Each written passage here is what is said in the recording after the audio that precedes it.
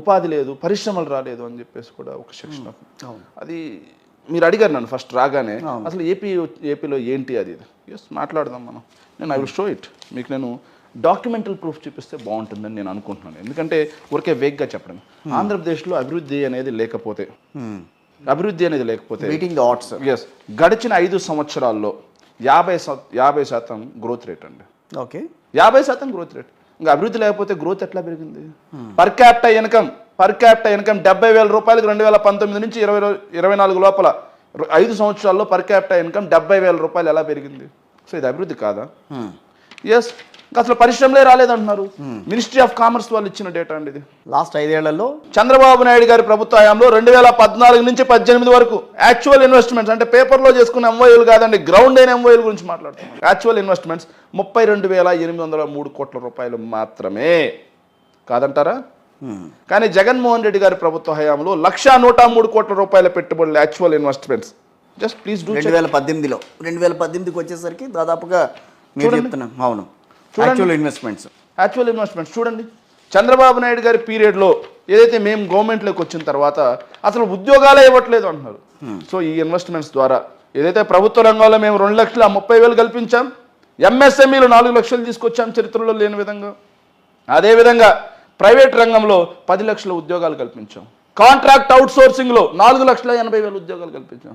ఇలా రాష్ట్రం మొత్తం మీద 16 లక్షల ఉద్యోగాల కల్పన 5 సంవత్సరాలు జరిగింది.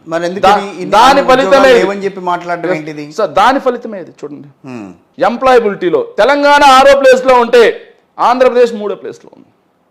India skill report 2024. ఇది ఆంధ్రజ్యోతి పేపర్ కాదు, వాళ్ళు చెప్తున్నట్టు మా సాక్షి పేపర్ కాదు. కరెక్ట్ కదా అది. చూడండి. ఇంకోటి, రాష్ట్రంలో నిరుద్యోగం విపరీతంగా ఉంది. అసలు మామూలుగా నిరుద్యోగం లేదని చెప్పి మాట్లాడుతున్నారు. కానీ రాష్ట్రంలో నిరుద్యోగం మన సౌత్లో మీరు చెప్పిన దానికి ఎంప్లాయ్మెంట్కి సంబంధించి సౌత్లో దాదాపుగా అన్ని రాష్ట్రాలతో పోలిస్తే సెకండ్ ప్లేస్లో ఉంది, థర్డ్ ప్లేస్లో ఉంది ఆంధ్రప్రదేశ్.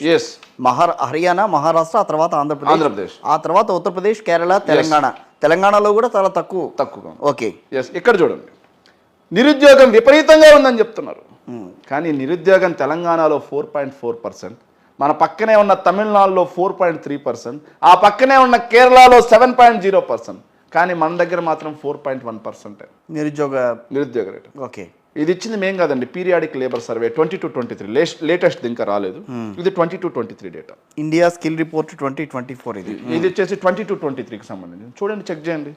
ఇక చంద్రబాబు నాయుడు మా ప్రభుత్వ హయాంలో పేదరికం కూడా ఒక కొలమానం అండి. ఇండియన్ ఎక్స్ప్రెస్ వాళ్ళు పేదరికం కూడా కొలమానం. అది కాకుండా పోదు కదా. చంద్రబాబు నాయుడు గారి పీరియడ్లో 11.77% పేదరికం ఉండేదండి. చెక్ చేయండి. నీతి Aayog index, multi dimensional index, నీతి ఆయోగ్ వాళ్ళు ఇచ్చిన ఇండెక్స్. పేదరిక శాతం 2015లో చంద్రబాబు నాయుడు వచ్చినప్పుడు 11.77% ఉండేది. కానీ చంద్రబాబు నాయుడు గారు దిగిపోయే టైంకి కూడా పేదరిక శాతం ఒకటి ఉంటుంది కదా సార్, అదెంతో తెలుసా సార్? 12.31%. ఇది ఏదైతే రౌండ్ అప్ చేసాం చూడండి, 12.31%. కానీ మళ్ళీ మా జగన్మోహన్ రెడ్డి గారు అధికారంలోకి వచ్చిన తర్వాత 2 సంవత్సరాలు కరోనాతో పోయింది. మళ్ళీ చూడండి, మీరు చెక్ చేసుకోవచ్చు. 2 సంవత్సరాలు కరోనాతో పోయినా 6.06% సార్. అంటే దాదాపుగా సగానికి పేదరిక శాతం తగ్గింది.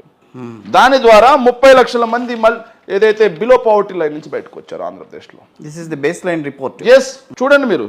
ఎంపీఐ మల్టీ పవర్టీ, ఏదైతే multidimensional poverty Niti Aayog ఇచ్చిన ఇండెక్స్. నీతి ఆయోగ్ మా చేతిలో ఉండదు కదా సార్. మరి ఇదంతా ఏంటి, అభివృద్ధి కాదా? చంద్రబాబు నాయుడు పేదలను కాస్త మళ్ళీ నేను రిచ్గా మారుస్తా అని చెప్పి మళ్ళీ ఇంకో కొత్త అవతారం ఎత్తాడు. ఇదేంటి, అభివృద్ధి కాదా? నేను అడుగుతున్నా స్ట్రైట్గా. పేదలు ఇంకా మీ ప్రభుత్వ హయాంలో పేదలు నిరుపేదలుగా మారిపోయారు. మేము సగానికి పేదరిక శాతాన్ని తగ్గించాం. ఆ పేదరిక శాతం నుంచి ఏదైతే బిలో పవర్టీ లైన్ నుంచి బయటకు వచ్చిన 30 లక్షల మందికి ఎవరి ప్రభుత్వ ప్రయోజనాల వల్ల మనం ఇలా బిలో పవర్టీ లైన్ నుంచి బయటకు వచ్చామనేది తెలియదా? మీరు అక్కడే తేడా వస్తుంది. నేను అనేది ఒక జర్నలిస్ట్గా నేను చెప్పేది ఏంటంటే, మీరు పేదల్ని పైకి తీసుకొద్దామన్న ప్రయత్నం వైఎస్ఆర్ కాంగ్రెస్ పార్టీ, పేదల్లాగా ఉంచుదామన్న ప్రయత్నం అయింది. అది కార్పొరేట్స్ కి నచ్చట్లేదు అని వాళ్ళు మాట్లాడుతున్నారు.